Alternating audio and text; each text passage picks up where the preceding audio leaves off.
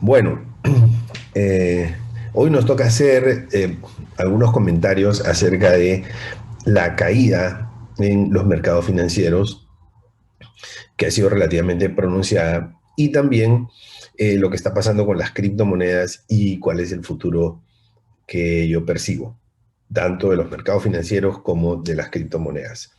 Muy bien, vamos entonces a dar inicio, siempre saludando a la distinguida audiencia por aquí. Leonel nos saluda desde Guatemala. Adolfo nos saluda desde Panamá. Iris también nos saluda. Luis Rafael nos saluda desde Santo Domingo. Nelva desde Panamá. Penélope desde Panamá. Ley desde República Dominicana. Muy bien, y vamos entonces a dar inicio con nuestra presentación, esta jornada, a la cual he querido titular La caída de los mercados y el desplome de las criptomonedas. Muy buenos días a todos. Vamos a dar inicio a, a este análisis sobre la caída de los mercados y el desplome de las criptomonedas. Bueno, vamos a comenzar. Jones, que es uno de los índices importantes en el mercado bursátil. Aquí lo que hemos observado es que la caída en lo que va del año, es del 16%, ¿no? 16% de caída en lo que va del año. Lo podemos apreciar aquí, fíjense, se observa en este tramo, precisamente, aquí está esta caída, ¿no? Y esta caída es nada más y nada menos que 16%. ¿Okay? Entonces, y a mí me gusta siempre tener una perspectiva amplia, y lo que yo les presento en esta lámina es la evolución del Dow Jones de los 25 últimos años, ¿no? O sea, aquí tenemos 25 últimos años. Fíjense.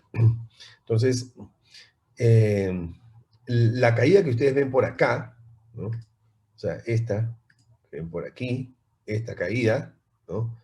Esto es la crisis subprime, y esto es el, eh, eh, el efecto de la quiebra de Lehman Brothers, ¿no? Eso es lo que se ve ahí, ¿ok? Esto fue en el año 2008, ¿ok? Muy bien, entonces después de eso, realmente tuvimos una caída también, ¿no? Importante, pues en el 2019, si no me equivoco fue, ahí lo pueden ver también lo podemos ver por aquí, esta caída, que si la memoria no me falla fue la del 2019.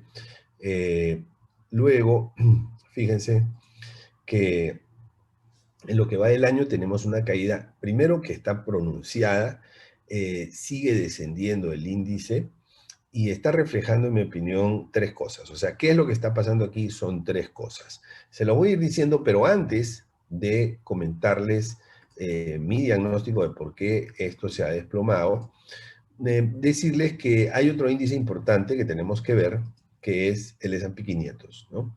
En el caso del S&P 500, en el Dow Jones básicamente están empresas industriales, mientras que en el S&P 500 las empresas que conforman ese índice son las 500, que son, digamos, 500 empresas representativas, ¿no? Del mercado bursátil de Estados Unidos. Entonces, fíjense que aquí tenemos una caída más pronunciada, es del 23%, 23%, esa es la caída, ¿no? También tenemos la caída, pues aquí se aprecia la caída de esta que fue la del 2000, esta caída, perdón, no es del 2019, esta es la caída de la pandemia, del año 2020, esta caída, ¿no?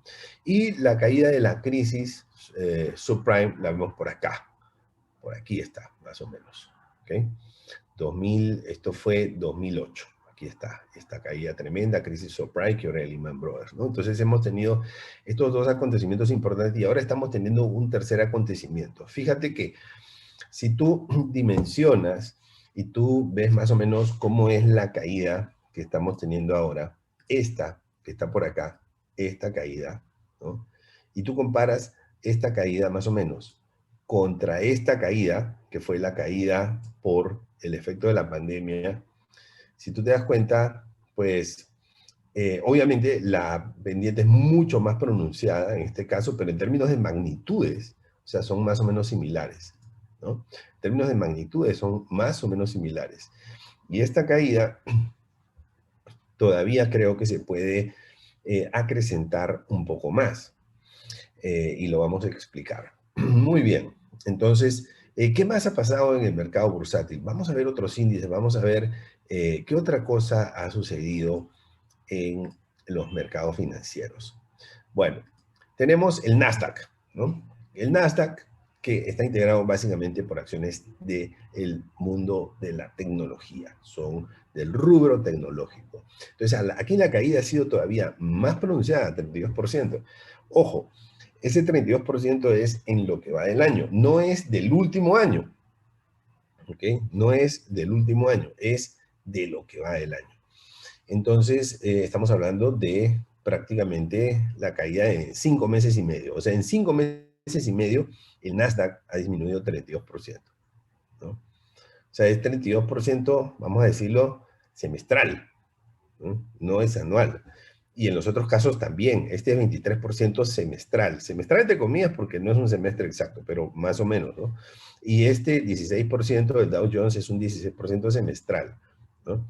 Obviamente no lo podemos anualizar porque los comportamientos de los dos semestres son diferentes, pero si quisieras hacer el ejercicio nada más para tener un marco de referencia, este 16% equivale a 32% de caída, ¿no? 32% de caída, el otro 46% de caída, 64% de caída, suponiendo que esto pues continúa su tendencia hasta final del año, ¿no? Cosa que no creo que va a ocurrir, pero bajo ese escenario, lo que estamos visualizando es una caída que es sumamente fuerte, ¿no?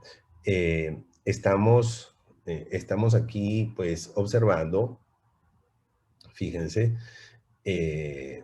que algo está pasando en los mercados o algo ha pasado en los mercados y yo les voy a dar mi interpretación, ¿ok? Vamos a ver qué es lo que podemos, eh, cómo lo podemos interpretar, ¿no? Y sobre todo, cuál es la perspectiva. Bueno, el Nasdaq es famoso por la famosa crisis.com, no sé si la recuerdan que fue en el año 2001 aproximadamente, ¿no? 2000, 2001 por ahí. Entonces, esa crisis la vemos por acá, mira. O sea, para tener una referencia, ¿no? Por eso te decía, me gusta sacar muchos años, aquí tenemos 25 años de evolución. Entonces, ¿dónde está el efecto de las .com? El efecto de las .com está acá. Aquí está la caída de las .com. Este fue el desplome, famosísimo desplome de las .com, ¿no? Y tú puedes ver, esa es una pendiente, ¿no? Pues que es pronunciada. Para mí, pronunciada es cuando la pendiente es más de 45 grados, ¿no? Y esta es pronunciada, porque, bueno, es hacia abajo, ¿no? Es más de 45 grados. Entonces, es pronunciada, ¿no? Y si tú ves lo que está pasando ahora, entonces lo que está pasando ahora, pues tiene un nivel de pendiente mucho mayor, aquí, ¿no? Por lo menos en pendiente, lo que está pasando con el Nasdaq es mucho más fuerte de lo que pasó en la famosa crisis.com. Ahora, en la crisis.com, el valor disminuyó, digamos, el índice disminuyó más o menos 2/3, ¿no? O sea, si aquí estaba aproximadamente en 5.000, bajó aproximadamente a 2/3, como sería como 1.300 y tantos, ¿no? O sea, por acá, por aquí, 1.350, por ahí, más o menos, 2/3, ¿ok? Entonces, y ahora, digamos, la caída ha sido solamente de 1/3 hasta ahora. Entonces, si lo vemos en términos de proporción, no es tan fuerte. Pero si lo vemos en términos de pendiente, visualmente la pendiente es mucho más pronunciada. sea, aquí la pendiente es, o sea, no voy a decir que es vertical, pero es mucho más pronunciada esta pendiente de la crisis actual versus la crisis que tuvimos en el año 2001, 2002, 2000 fue, ¿no? Bueno, entonces, eh, no es casualidad que los mercados se estén deteriorando, ¿no? Por aquí tenemos una pregunta de Víctor, nuestro gran amigo Víctor, que dice, ¿qué tan inflados estaban los precios de las acciones, en especial de las tecnológicas? ¿No? Pues, ok, vamos a responder eso, ¿no? Vamos a responder eso con mucho gusto, claro que sí, porque es la idea de esta presentación, ¿ok? Bueno, pero me gustaría terminar, digamos, el avance de estas láminas que describen la evolución de los índices para luego darle mi perspectiva de qué pasó y qué puede pasar. Bueno, entonces, y ahí vamos a responder la pregunta de Víctor con toda seguridad. Bueno, este es el Bitcoin, ¿no? Eh, Tiene mucha más volatilidad, ¿no? Mucha, pero muchísima más volatilidad, ¿no? Y aquí claramente se ve un efecto burbuja. Entonces eso hay que decirlo. Me estoy adelantando un poquito a las conclusiones, ¿no? Pero aquí claramente se ve un efecto burbuja, ¿no? O sea, ves una pendiente sumamente pronunciada. Cuando yo veo una pendiente pronunciada, repito, para mí pronunciada es más de 45 grados, ¿no? Siempre, obviamente, lo relaciono con lo que está pasando con la economía. Y si la economía está muy dinámica, entonces pues yo podría pensar que se justifica una pendiente pronunciada, ¿no? Pero entonces siempre hago ese contraste. Pero cuando una pendiente está sumamente pronunciada, que es lo que nosotros vemos aquí, ¿no? Miren esta pendiente, por acá. O sea, miren esta pendiente. O sea, es en poco tiempo, ¿no? O sea, eso es casi vertical, señores, ¿no?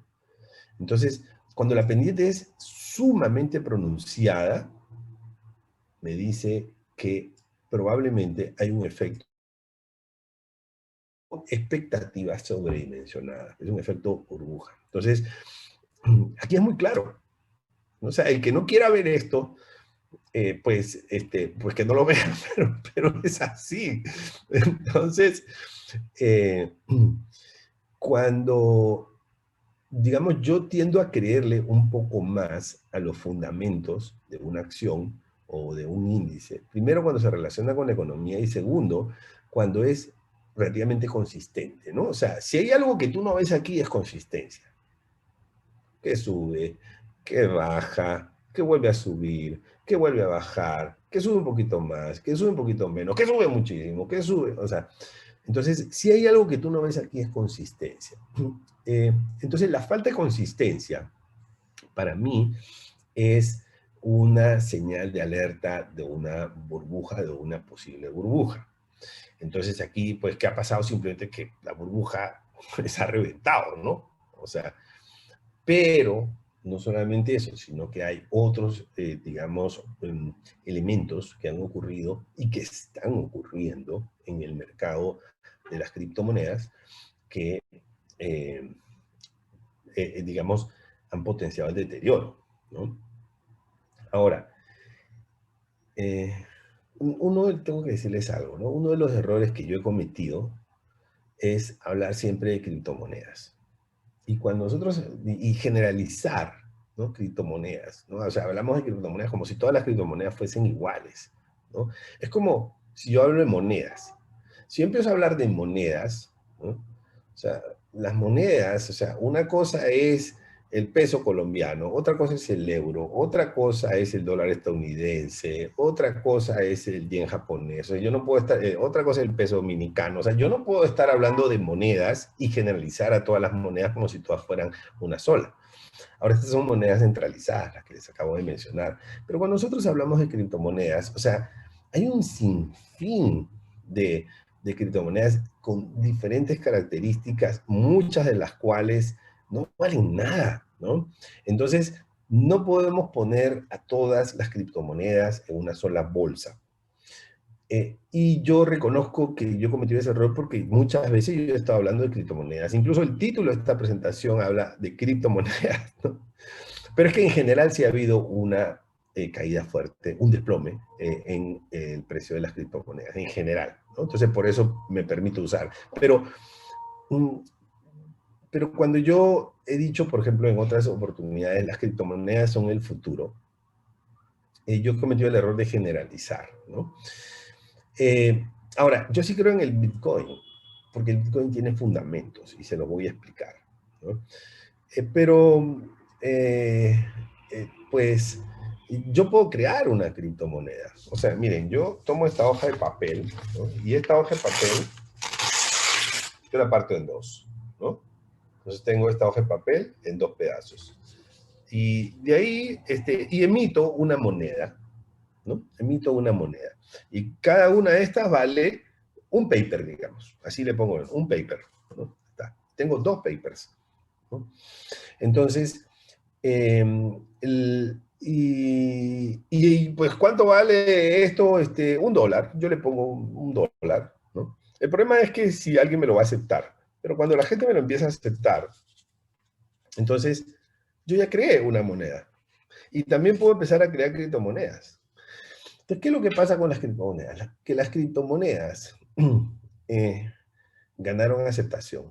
Como alguien que crea una hoja de papel y se lo empiezan a aceptar. ¿Y por qué pasó eso? Eso pasó porque el Bitcoin, fíjate, pues ha tenido una evolución desbollante, ¿no? Eh, Fíjate que si yo, eh, cuando yo comencé mi empresa, Ernesto Bazán Training, esto fue en el año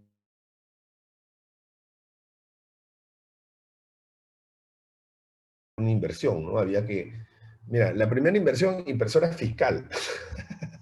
que, ahí se fueron, mira, $1.000 en impresora fiscal, $1.000 en computadora, $1.000 en smartphone, o sea, proyector, ¿no? Tiene que comprar un proyector para las presentaciones que iba a hacer, en los cursos y todo eso. Entonces, al final, de escritorio, tuve que invertir en mi negocio. Al final invertí como $10.000, más o menos, ¿ya? Entre unas y otras cosas. Softwares, ¿no? Todo eso. Entonces fueron como 10.000. Si en el año 2011 yo hubiese tomado esos 10.000, y ojo con lo que le voy a decir, yo hubiese tomado esos $10.000 que invertí en mi negocio, yo los hubiese invertido en bitcoins, o sea, yo compraba bitcoins. Hoy en día, un bitcoin está costando $21.000. Eso significa que si yo multiplico en el año, en marzo del 2011, costaba, el precio del Bitcoin era más o menos $1, ¿ya? Más o menos $1. Entonces, si yo invertía en Bitcoins, yo tendría hoy en día, en mi cuenta bancaria, $210 millones. $210 millones. Eso es lo que yo tendría hoy en día, con el precio desplomado del Bitcoin, ¿no? El Bitcoin llegó al precio, me parece que como 68.000, si la memoria no me falla, ¿no? Entonces, en ese momento yo vendía, que esto fue como el año pasado, hubiese tenido $680 millones en mi cuenta, ¿no? Entonces, cuando yo les digo eso, les cuento eso a ustedes, yo estoy seguro que ustedes se sorprenden y dicen, wow, ¿no? O sea, en serio, si tú invertías esos 10.000, hoy tendrías $210 millones, sí. Y entonces eso crea una expectativa, ¿no? Y eso crea, y esa expectativa genera la aceptación, ¿no? Pero no, bueno, del Bitcoin y de otras criptomonedas. ¿Por qué? Porque uno de los grandes errores que hemos cometido como sociedad es eh, confundir a los Bitcoins con criptomonedas. Es decir, un Bitcoin es una criptomoneda, ¿no? Pero no toda criptomoneda tiene las características del Bitcoin. El Bitcoin sí tiene fundamentos, en realidad sí los tiene. Pero si yo, así como creaba monedas con estos pedazos de papel, si yo lo hago digitalmente, que lo puedo hacer digitalmente, ¿no? Y los empiezo a vender, ¿no? Eh, y me lo aceptan, y quién sabe si eso empieza a generar valor, o sea, a subir de precio, ¿no? Entonces, estamos ante un mundo en donde se está generando precios artificialmente, porque esto no vale nada, o sea, no hay fundamentos. Entonces, en el mundo de las criptomonedas, la mayor parte de las criptomonedas.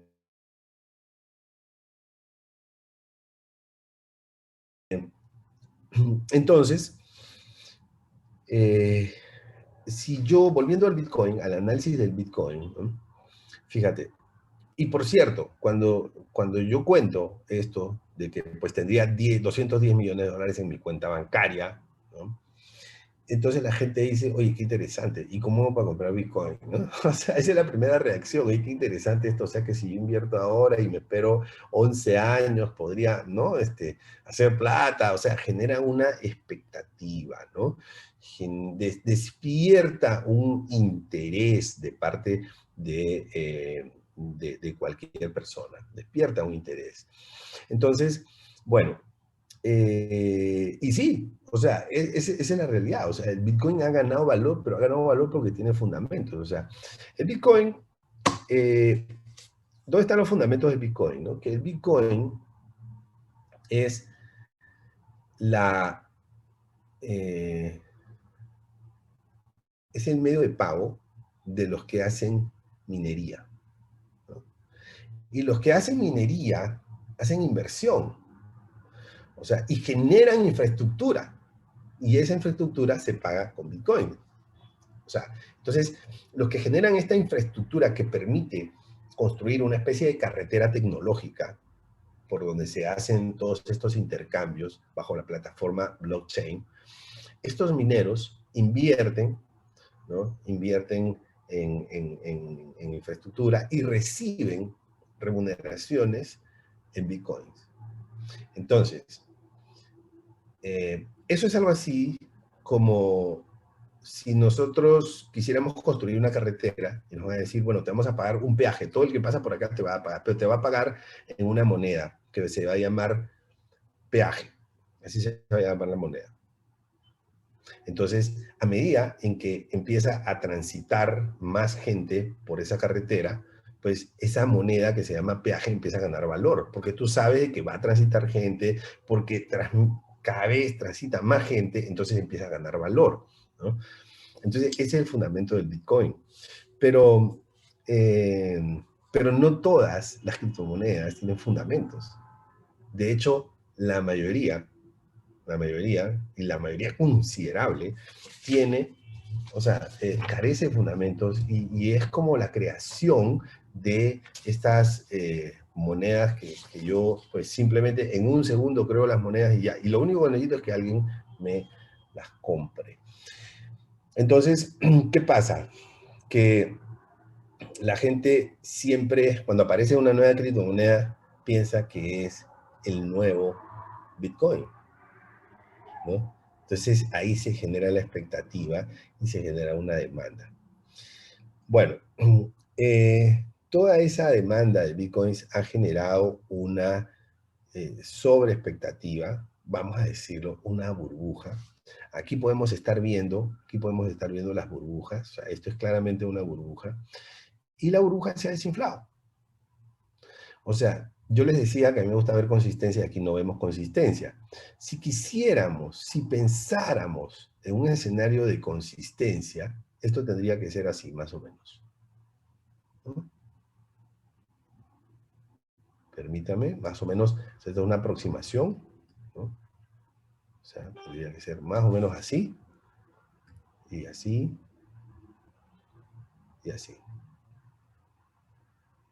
Así. Por aquí se me fue la mano. Ese sería como un escenario de consistencia para el Bitcoin, ¿no?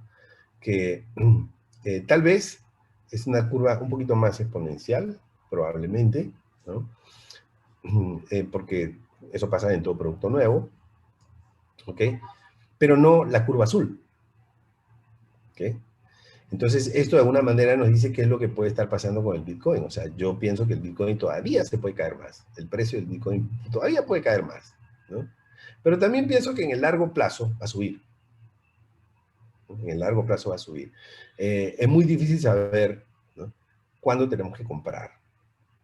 Si tú compras ahorita, vas a ganar. Si tú compras más tarde, de repente vas a ganar más, ¿no? Pero me queda claro que si se compra ahora, se va a ganar. Ahora, lo que no sé es cuánto tiempo tienes que esperar, ¿no? Porque esta es una plataforma que ya no tiene punto de retorno. El blockchain va a existir siempre, ¿no? La minería de datos va a seguir existiendo. El Bitcoin como medio de pago ya es cada vez más aceptado, ¿ok? Muy bien. Entonces, eh, vamos a seguir explorando qué es lo que ha pasado con los mercados, ¿ya?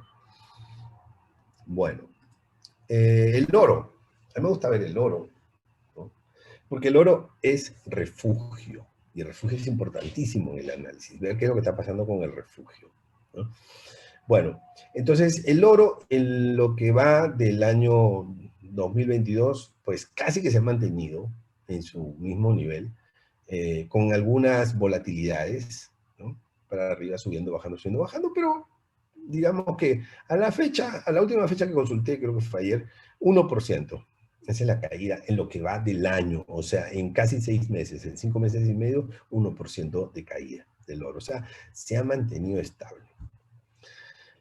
¿Qué ha pasado con, a ver, el dólar estadounidense? Me gusta ver esta moneda, ¿no? No solo porque vivo en Panamá y en Panamá usamos el dólar, ¿no? Ahora estoy en Colombia.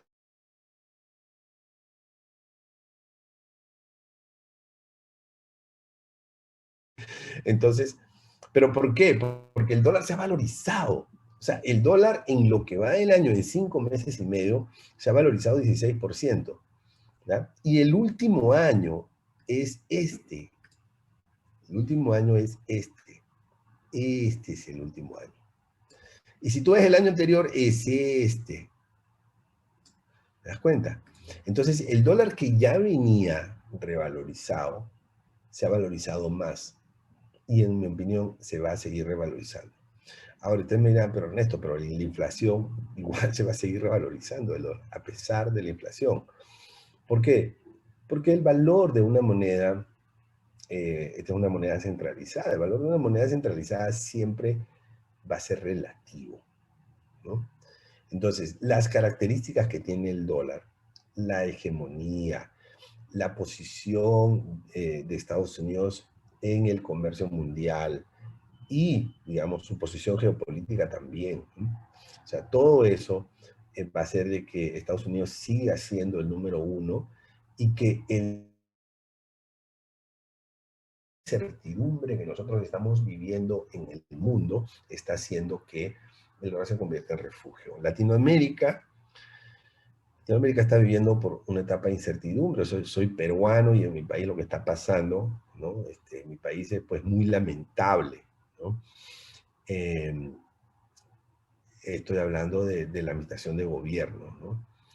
Y la situación política y económica en Perú está muy complicada. Tenemos lo que está pasando pues en México, ¿no? Este domingo tenemos elecciones en Colombia, ¿no? Va a ganar Petro, yo se los dije hace tiempo a ustedes, ¿no? O sea, hace tiempo se los dije, va a ganar Petro, ¿no? Entonces, más o menos me han resultado las predicciones, ¿no? O sea, acerté la elección de Cortizo en Panamá, la de Castillo en Perú, ¿no?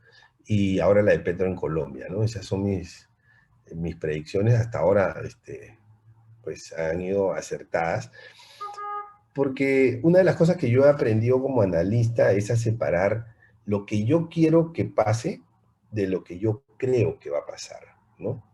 Eso es muy difícil, pero lo he aprendido con los años, ¿no? Y entonces, cuando doy mis opiniones, yo disocio las dos cosas, ¿no? Lo que yo quiero que pase y de lo que yo creo que va a pasar. Entonces, eso me permite, digamos, tener más claridad con los escenarios, ¿no?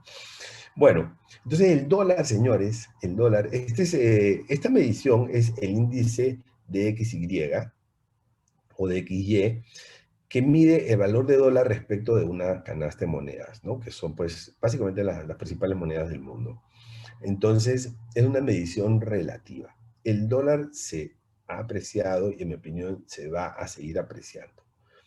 Entonces, ahora, ¿qué es lo que ha pasado? Lo que ha pasado es que el dólar se ha convertido en un refugio, ¿no? ha desplazado al oro. O sea, el oro, que es el refugio tradicional, no ha tenido la demanda que ha tenido el dólar en lo que va del año. Entonces, los latinoamericanos están cambiando su moneda, ¿no?, al dólar, porque tenemos incertidumbre en varios mercados y ahora viene Brasil, ¿no? O sea, y en Brasil puede volver a ganar la izquierda también, entonces como que tenemos eso. Tenemos la elevada incertidumbre que hay por el contexto internacional, sobre todo lo que está pasando en Europa, y eso también, pues, pone en peligro y en amenaza al euro, por un lado, genera incertidumbre mundial, y eso también juega a favor del dólar.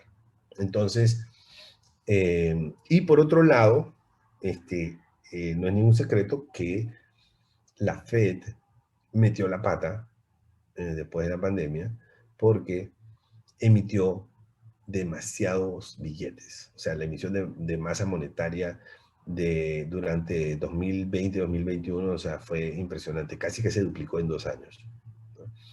Entonces, metió la pata. Entonces, ahora lo que está haciendo es más bien, eh, eh, digamos, retraer la masa monetaria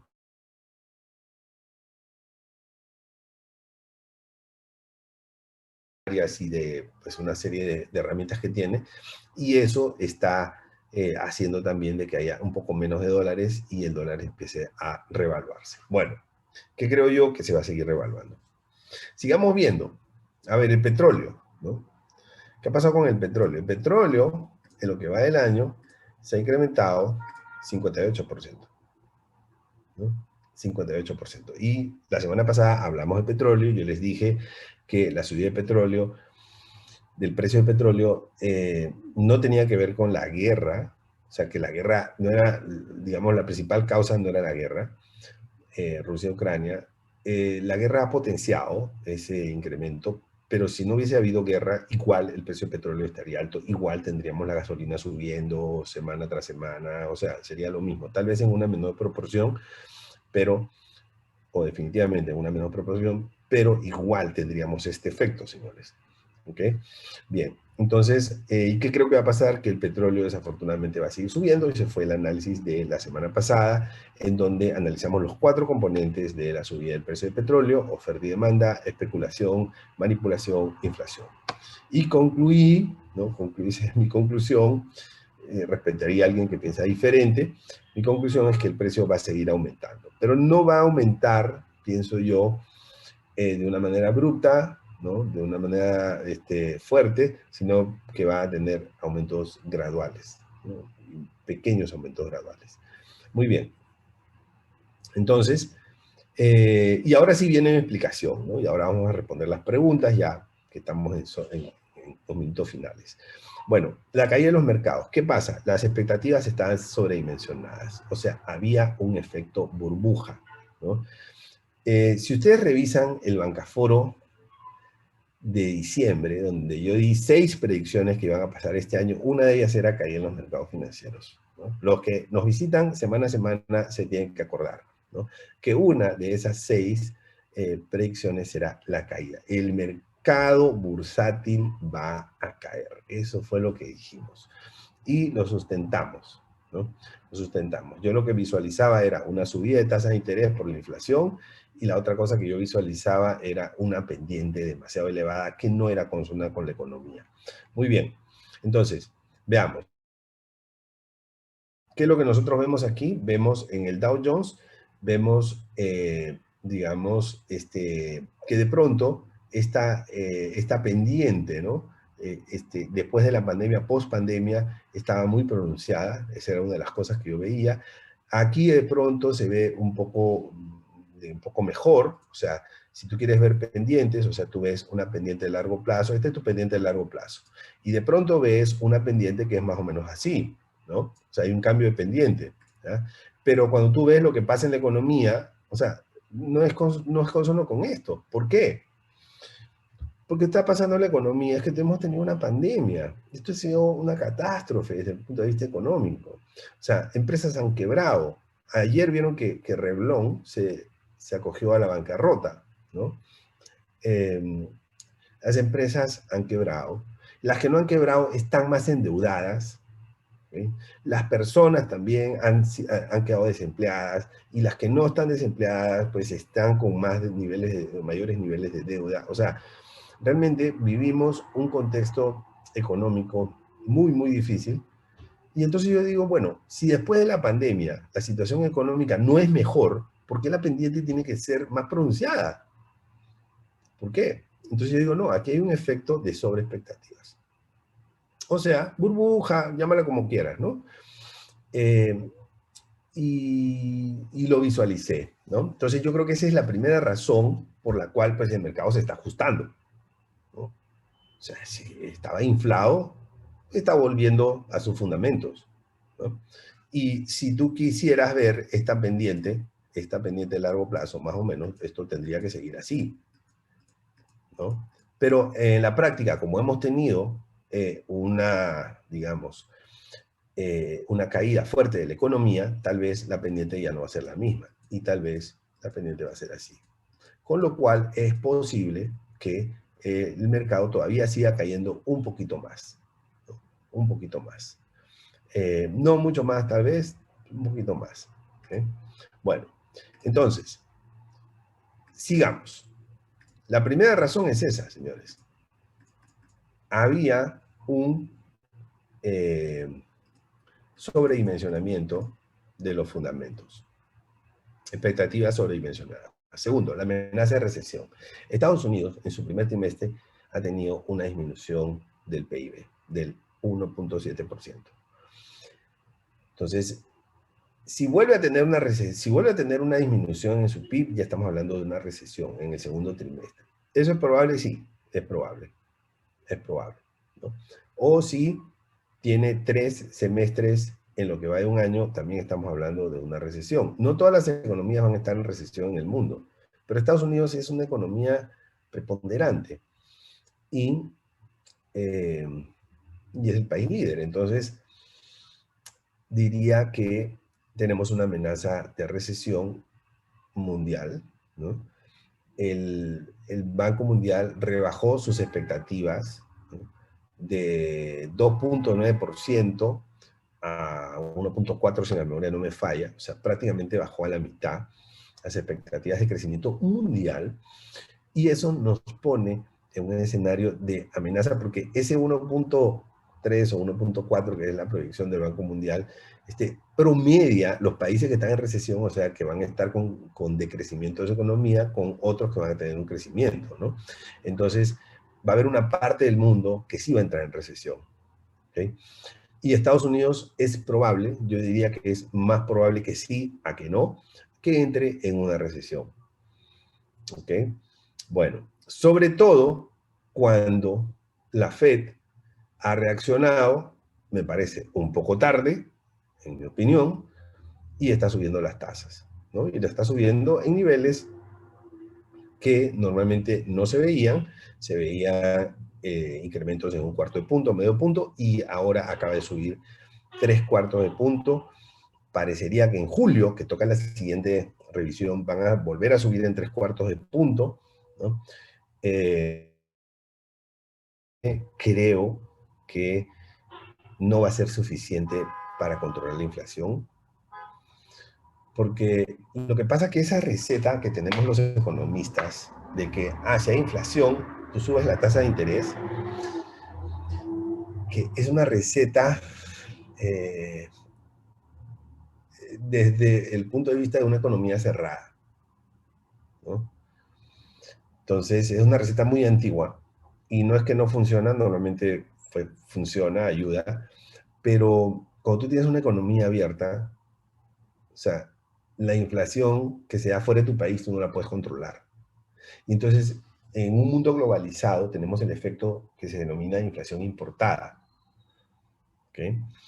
Y Estados Unidos no se puede liberar de esa inflación importada, ¿no? O sea, salvo que cierre su comercio y que pues, solamente puedan los estadounidenses comprar lo que se produce en Estados Unidos y que cierren, digamos, todo el comercio, cosa que no va a pasar. Ahí podría funcionar esta receta de la tasa de interés. Pero esta subida en la tasa de interés, los incrementos en la tasa de interés tienen un efecto limitado cuando están subiendo los precios de las materias primas. Por ejemplo, sube el precio del petróleo, ¿no? Y por más que subas tasa de interés, o sea, no, digamos, no puedes contrarrestar la subida del precio del petróleo, porque la subida del precio del petróleo tiene una incidencia importante en las fábricas, ¿no? En la energía, en los insumos, ¿no? En el transporte, o sea, en todo lo demás. Entonces es muy difícil que las medidas que tome la Fed de incremento de tasa de interés puedan detener la inflación y disminuir la inflación. O sea, yo tengo serias dudas. Lo que sí creo es que puede atenuar la inflación. Atenuar la inflación. ¿Por qué? Porque les voy a decir algo que es bien importante. Y es muy peligroso si la tasa de inflación en Estados Unidos, que actualmente está en 8.7, si la memoria no me falla, 8. Peligroso si eso pasa el umbral de los 2 dígitos. Porque ahí se activa un componente de la inflación que se llama expectativa. Entonces, como yo creo que todo va a subir, yo empresario subo mi precio para no quedarme un paso atrás, me pongo un paso adelante. Pero si todos piensan lo mismo, todos están un paso adelante, y cuando todos se dan cuenta que no están un paso adelante, vuelven a dar un paso adelante, y entonces ese es el incremento de precios por expectativa, simplemente porque los empresarios deciden subir los precios para adelantarse, para defenderse de la inflación, y lo que terminan haciendo es generando más inflación. Entonces, esa inflación por expectativa, yo creería que se empieza a activar a partir, porque hay un efecto psicológico importante, a partir de que la inflación pase el nivel del 10%, los 2 dígitos. Entonces, lo que sí puede hacer la Fed es detener la inflación, o sea, atenuarla para que no supere la barrera del doble dígito. Porque además, si supera la barrera del doble dígito, la Fed pierde credibilidad. Porque, digamos, lo que va a pasar es que los agentes económicos van a decir, mira, la Fed no puede hacer nada. Con estos incrementos que no se habían visto hace muchísimos años, no puede detener la inflación. Y entonces la Fed, al perder credibilidad, probablemente va a ser más agresiva con los incrementos en la tasa de interés, y eso lo va a perder más credibilidad todavía, ¿no? Porque ya una vez que se superan esos niveles es muy difícil que esta herramienta pueda ser útil, ¿no? La subida de las tasas de interés. Lo que sí, la subida de tasas de interés trae, y esto es, digamos, esto sí creo que pasa, es pérdida del dinamismo económico o recesión, como quieras verlo, ¿no? Entonces te enfría la economía, una subida de las tasas de interés, te enfría la economía. De manera que ahí, y eso es peligroso, ¿no? O sea, esa es una de las cosas que pienso yo más les molesta a los estadounidenses, más que la inflación, ¿no? O sea, que la economía se enfríe, que la economía pierda dinamismo, que haya recesión. Eso les molesta mucho. Entonces, los márgenes que tiene la Fed para controlar la inflación son muy reducidos. Muy bien, entonces la caída en los mercados corresponde, en resumen, primero, unas expectativas que estaban sobredimensionadas, los valores estaban perdón la redundancia, ¿no? Había sobrevaloración en los instrumentos.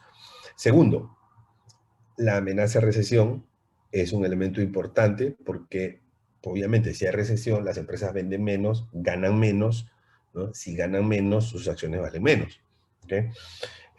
Y lo tercero, un inminente incremento en la tasa de interés, porque ya sabíamos que la Fed iba a subir las tasas, lo que no sabíamos era cuánto, ¿no?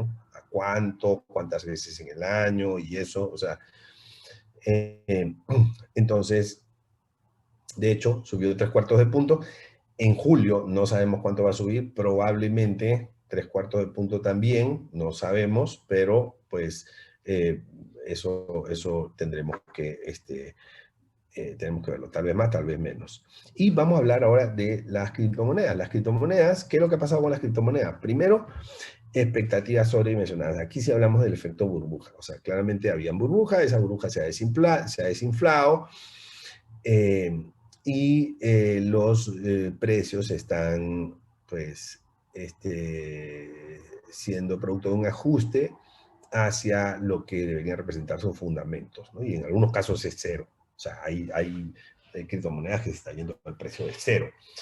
Bien, tenemos en segundo lugar el efecto Luna, ¿no? Entonces, esto lo vimos en un bacaforo anterior. Luna es una moneda, o era, no sé si decir era o es una moneda, una criptomoneda que se creó con un respaldo. O sea, ese respaldo es su fundamento. Pero ese respaldo eh, bitcoins y un algoritmo, ¿no? El algoritmo parecería que estaba mal hecho. Al final, la criptomoneda llegó a valor de cero, ¿no?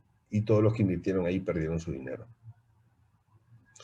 Entonces, esa es otra cosa. O sea, una criptomoneda no puede estar respaldada por un algoritmo, ¿no? Ni siquiera puede estar respaldada por un Bitcoin. O sea, porque el Bitcoin tiene volatilidades, como lo hemos visto. Entonces no puede ser un instrumento de respaldo.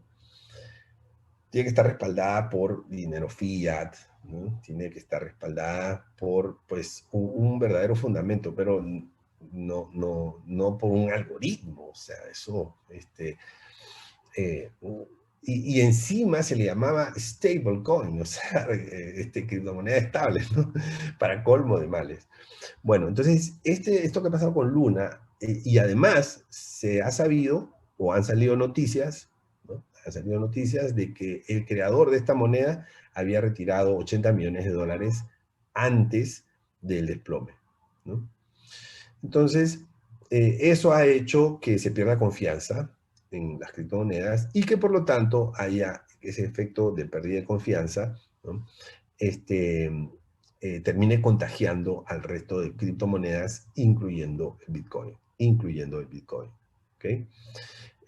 Y lo otro es que había una salida por refugio. O sea, hay mucha gente que ha salido de las criptomonedas, que pues por el punto 2 de la pérdida de confianza, y ha decidido poner su dinero en dólares. Porque el dólar, pues, es hoy por hoy el activo que está rindiendo mejor, ¿no? En términos, bueno, salvo que inviertas en un ETF del petróleo, en un índice que está indexado al petróleo, eso digamos, te habría dado mayor rendimiento en lo que va del año, ¿no? Pero el dólar está rindiendo, ¿ok?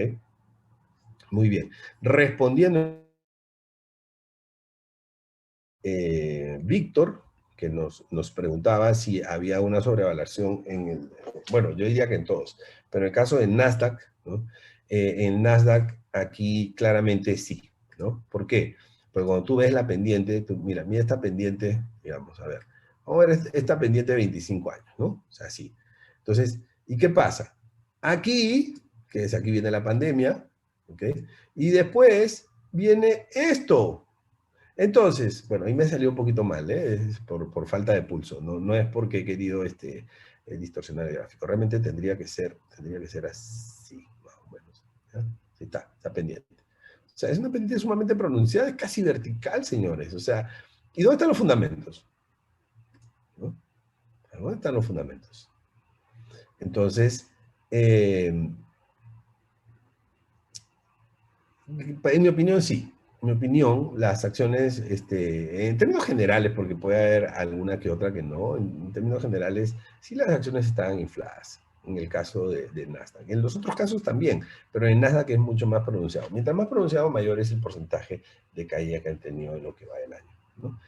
Muy bien, entonces con eso esperamos haber respondido la pregunta de Víctor. Vamos a ver si tenemos alguna otra pregunta antes de terminar. Bill Gates, me están preguntando aquí por Bill Gates. Muy bien, entonces, me dicen, y el mercado de bonos, observamos una caída en sus precios. Por otro lado, vemos desde el año pasado un aumento continuo de su rendimiento. ¿Seguirá esta tendencia? Bueno, a ver. Eh, este, mercado de bonos. Si las tasas de interés están subiendo, ¿no? Los precios tienen que bajar. Porque el precio de un bono, y perdón si me pongo un poquito financiero, el precio, ¿no?, de un bono, o sea, tú lo calculas con una fórmula de descuento. Y en esa fórmula de descuento, o sea, porque tú vas a calcular el valor presente de todos los cupones, ¿no?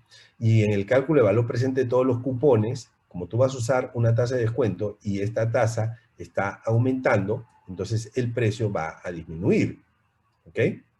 Bien. Y perdón si me pongo muy financiero. Entonces, como tienes que traer a valor presente, si suben las tasas de interés, el precio cae. Si el precio cae, el rendimiento aumenta, ¿no? Eso. Bueno, así que, ¿y va a seguir esta tendencia? Sí, porque las tasas de interés van a seguir aumentando. ¿Bill Gates tenía toda la razón al criticar las criptomonedas? Me preguntan. Bueno, Bill Gates está cometiendo, perdón por hablar así de Bill Gates, está cometiendo el mismo error que cometí yo, que es generalizar a todas las criptomonedas, ¿no? Porque por lo menos Bitcoin sí es una criptomoneda que tiene fundamentos. En todo caso, ¿no?, yo separaría, yo te diría, mira, Bitcoin es una cosa y el resto de criptomonedas en términos generales es otra cosa. O sea que yo, la otra que tiene un fundamento es Ethereum, pero eh, parece que no hay mucha confiabilidad en la tecnología de Ethereum, ¿no? Entonces, pero bueno, esas son esas dos. En el resto de criptomonedas yo no encuentro fundamentos. No encuentro, ¿no? De repente hay, y tal vez no las conozca, ¿no? Pero hay que diferenciar las criptomonedas con fundamentos de las criptomonedas sin fundamentos, ¿no? Pero aquí hay mucho negocio, señores. Aquí las casas digamos, las casas de cambio, de intercambio de estas criptomonedas, pues se han llenado los bolsillos, creando expectativas, haciéndole creer a la gente que por comprar una criptomoneda que se llama la moneda de la familia, ¿no? Y si le ponemos el nombre en inglés queda bonito y pues van a hacerse millonarios dentro de 5 años, ¿no? O sea, entonces eso creo pero si Bill Gates se refiere, cuando habla de las criptomonedas, al resto de criptomonedas, exceptuando a Bitcoin y a Ethereum, al resto de criptomonedas que no tienen fundamento, tiene toda la razón. Realmente sí. ¿Qué más? Algunos economistas dicen que ya estamos en recesión. Bueno, técnicamente, me pregunta Alma, pues Alma es de Panamá. En Panamá no estamos en recesión, en el mundo tampoco, en Estados Unidos, si repite disminución del PIB en el segundo trimestre, sí, técnicamente, ¿no? Porque son 2 trimestres seguidos o 3 trimestres en lo que va del año. Perdón, no entendí el fundamento que avala o respalda el Bitcoin. Es el minado y la forma de pago de ese minado. Ese es el fundamento. El minado va a seguir existiendo. La forma de pago del minado son Bitcoins, que van a seguir existiendo, ¿no? Entonces, la gente va a seguir recibiendo Bitcoin. Por lo tanto, y es una carretera que cada vez va a circular más gente. Por lo tanto, como esos peajes, perdón por la expresión, pero sí, para que se entienda mejor, van a seguir existiendo, ese pago de peaje va a seguir existiendo, el Bitcoin va a seguir existiendo y va a tener un mayor valor porque la gente va a apreciar cada vez más recibir esos Bitcoins, ¿no? Podemos seguir invirtiendo en Bitcoins. Eso es difícil. Yo no les puedo decir qué es lo que deberían hacer. Yo les puedo decir que lo que yo voy a hacer, pero es mi caso. O sea, yo sí voy a invertir en Bitcoins. Sí, el 20% de mi excedente patrimonial. El 20% en Bitcoins. Excedente patrimonial.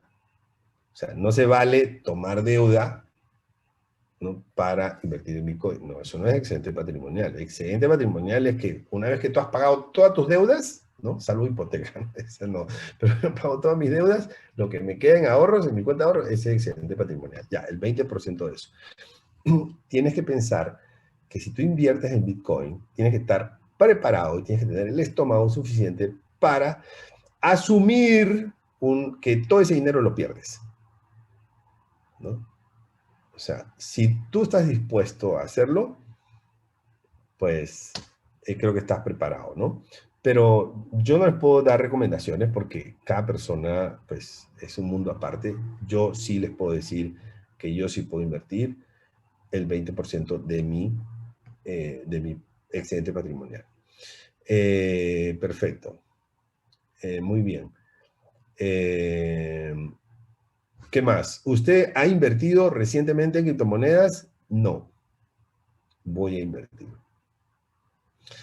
¿Qué futuro le ve a El Salvador con su política económica criptomonetizada?